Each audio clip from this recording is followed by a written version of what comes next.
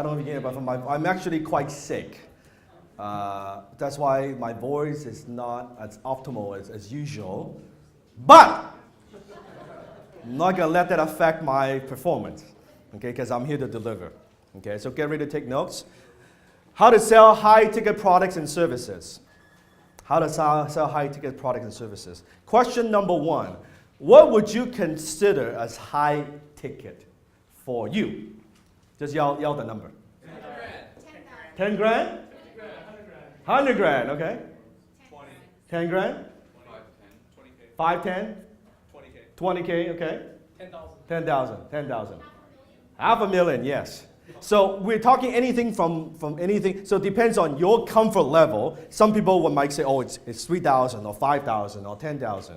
So what I'm going to share with you today applies from as little as $3,000 to as much as it could be $500,000, even $1 million contract. A lot of the strategies and the tactics would apply. I've sold everything in between as $2,000 thing, $5,000 thing, $10,000 thing.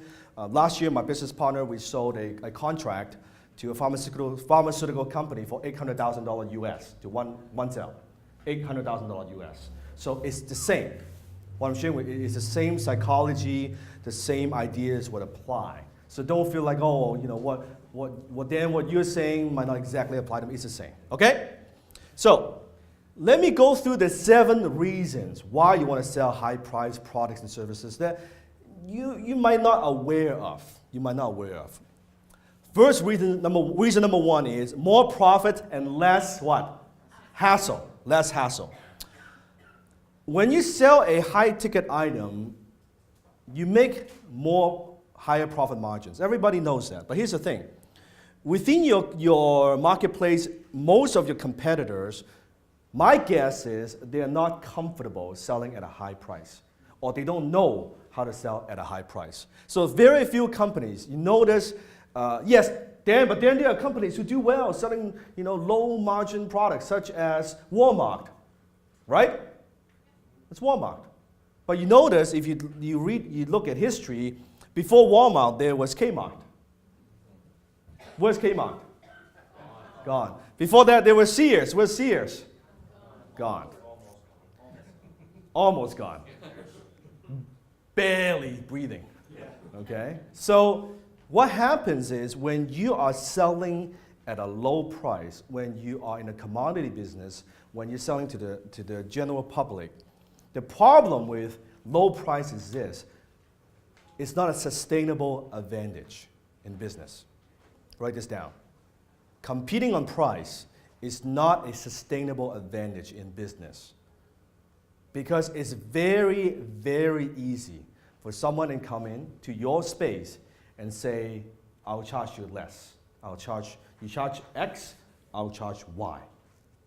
So your advantage of, we guarantee the lowest price, some morons could just come in and say, we'll sell 20% less than you. Your advantage, it's gone instantly. Okay? And they could maybe, but how the hell do they do that? I mean, I'm barely making a profit. Well, a lot of companies, they go into marketplace knowing they are basically using the capital and say, I'm gonna grab market share. I'm gonna acquire these customers at a loss just to put you out of business. Just to put you out of business. They might know, well, you probably won't last 6 months. Well, if we have enough cash to last 1 year, you're gone. When you are gone, then they become the game in the marketplace, and then they jack up the price again. So, and also customer infrastructure. To serve more clients at a low price, it requires more infrastructure, i.e. more customer service, bigger office, more people, more shipping and handling, everything is more. So it requires a more complex infrastructure. Personally, and this is my personal preference, I like to keep my business lean, mean, and simple. I'm not a big fan, and there are people who make a lot of money doing that, and that's kudos to them. Just my personal preference, I like to keep my business lean and mean and simple. If I can hit my goal, my financial goal with 1,000 customers versus 10,000 customers, I prefer 1,000 customers. If I can hit my goal with 100 customers, I prefer 100 customers than 1,000 customers. Okay? So more profits, less hassle. And here's a quote that I have. Business is a game of margins, not volume. In fact, repeat after me. Business is a game of not volume. Some entrepreneurs say, well, but then I'll make it up in volume. I'm doing $500,000, I'm not making, my margin is like this. Oh, if I make $3 million, then my margin would go up. Don't bet on that. Don't bet on it. Do not bet on it. So business is a game of margins, not volume. I was watching, how many have seen the show The Prophet? Okay, if you guys have not seen the show, watch the show. I don't watch a lot of TV, but that's a great show to watch. It's like a mix of Kitchen's Nightmare combined with Shark Tank, Dragon's Den kind of type show. So The Prophet, I was watching one of the episodes. So basically Marcus, who is the CEO of Camping World, billion-dollar company, he goes into these businesses and try to fix them and help the business owner. He would put in the money, but he would also put in the time and effort and invest his expertise in turning around the company. One of the episodes I was watching, Marcus went into this meat packing business. Okay, the meat business has been around for many, many, many years. I think if I remember correctly, 75 years or something like that. They're doing $50 million a year in sales. 50 million. Is that a little bit of money or is that a lot of money? Right? 50 million in sales, 400 grand in losses every year. You might think, how the hell could a company do $50 million a year in business and yet lose 400 grand? And also they're $4 million in debt. In debt, in loans and everything else. And when Marcus looks in that guy's business, he has 30 grand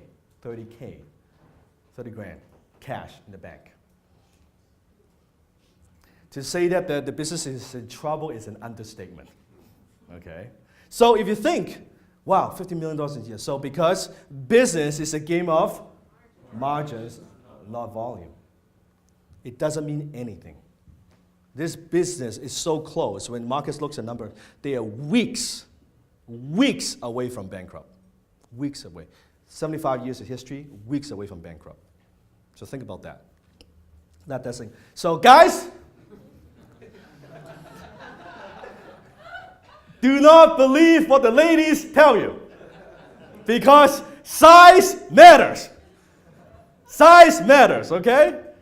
I'm talking about transaction size, okay? Some of you are thinking about something else. Transaction size matters. It does matter. Okay, so let's take $1 million as an example. So to make $1 million, you have a few ways you could go. Let's say if you sell a $25 product, you get 40,000 customers, you make $1 million. Yes? Or you sell a $50 product, you sell to 20,000 customers, you make $1 million. Okay. Or $100 products, 10,000 customers, $1 million.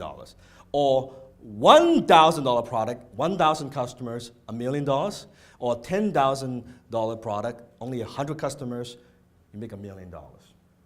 Now you might be thinking, but Dan, $100 versus $10,000.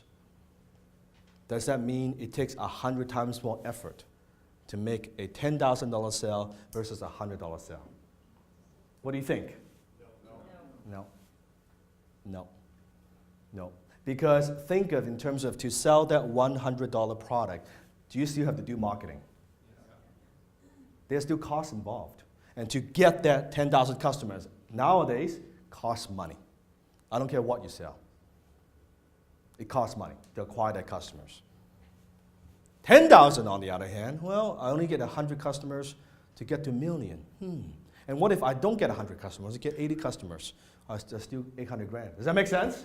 So look at these numbers and look at that from your business. Look at your business, where you're at. Yeah, man, if I'm selling a $50 thing, shit, I need 20 customers to make $1 million. Sales, revenue.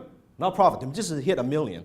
Or if I want to sell, what if I can increase the price? If I can sell at a premium price, how would that affect my business? So let things just sink in a little bit.